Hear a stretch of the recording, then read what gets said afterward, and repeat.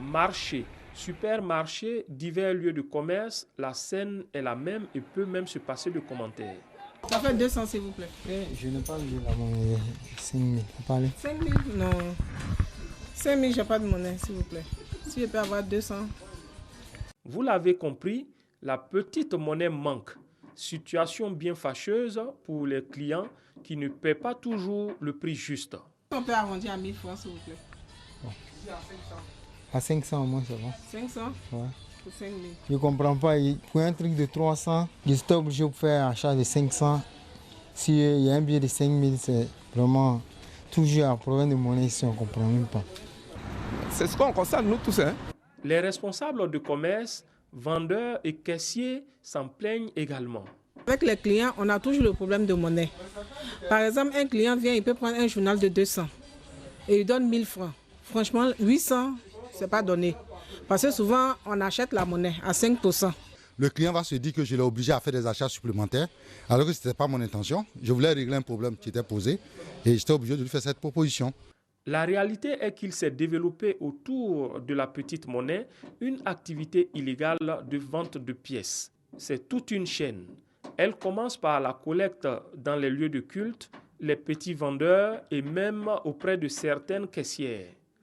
Les commerçants d'argent s'y approvisionnent à environ 3%.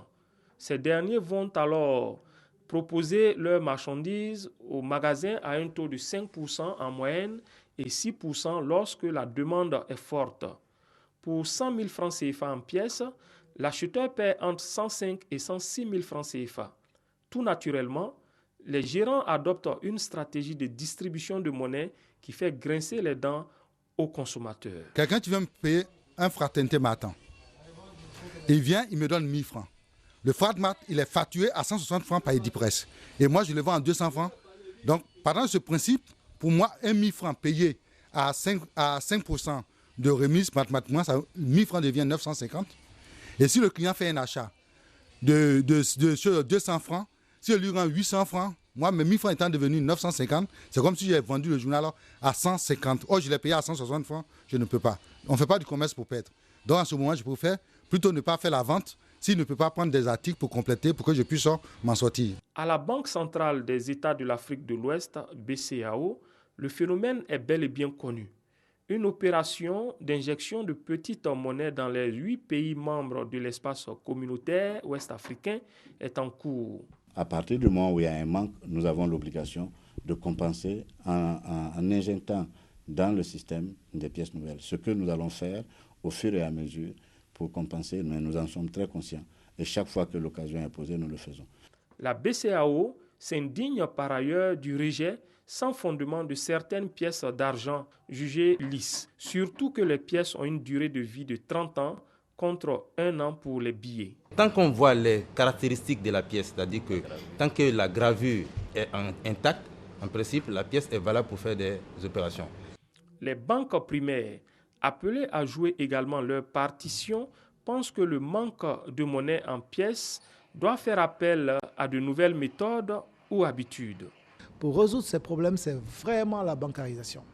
L'autre point, pour qu'on puisse évoluer, parce que nos économies évoluent également, c'est la financiarisation des économies, notamment la monétisation des économies pour que les clients de plus en plus, et ça, nous faisons des efforts, mais on souhaite que également les financements en matière d'infrastructure soient faits par les autorités compétentes pour que les uns et les autres puissent disposer de cartes bancaires et pour qu'on puisse faire les opérations sur des terminaux de paiement comme on le voit ailleurs.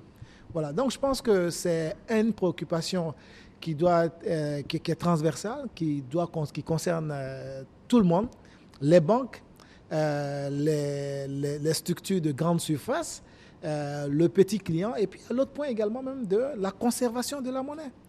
Le problème de monnaie, une véritable préoccupation. Selon la BCAO, la demande de pièces de monnaie a haussé de 186% contre une augmentation de 53% pour les billets en 2012. 30 millions de billets de 500 francs CFA ont été mis en circulation. L'UEMOA, c'est au total 822 millions de billets et 3 millions de pièces en circulation.